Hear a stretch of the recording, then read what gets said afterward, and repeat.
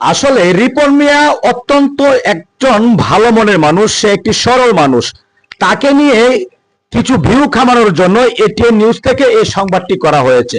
তার এলাকার মানুষ তাকে খুব ভালো জানে। সেই রিপন মিয়া 5 ওয়াক্ত নামাজ পড়েন, তার বাবা মাকে বাদ দেন না, যে কথাটি সেটা একেবারে মিথ্যা। একেবারেই সেই বিষয়টি মিথ্যা। তার এলাকার লোকজন সবাই বলছে যে রিপন মিয়ার বাবা মায়ে রিপন মিয়ার ভাত খায় না।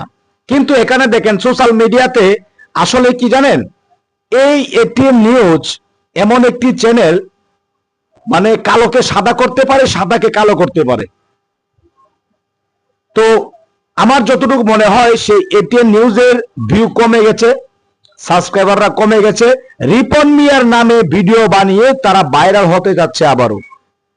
কেননা সারা বিশ্ব এখন সেই রিপন মিয়াকে চিনে। তো রিপন মিয়ার নামে যে মিথ্যা অপবাদ দিয়েছে, এটা এখন সারা দেশবাসী জেনে গেছে। আসলে সেই রিপন মিয়া খুবই ভালো মনের মানুষ। তার এলাকায় আপনি যান, যে কোনো ব্যক্তির কাছে আপনি তার বিষয়ে কথা বলেন, সবাই বলবে যে রিপন মিয়া খুব একটা সরল মানুষ, একটা গ্রামীণ মানুষ, একজন ভালো মনের মানুষ।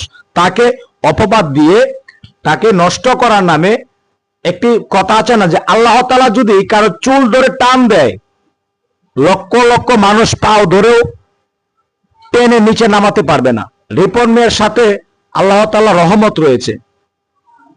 অসহায় একটি ছেলে ছিল, আর সেখান থেকে আজকে উঠে এসেছে। ভিডিওটি ভালো লাগলে অবশ্যই শেয়ার করে দিবেন।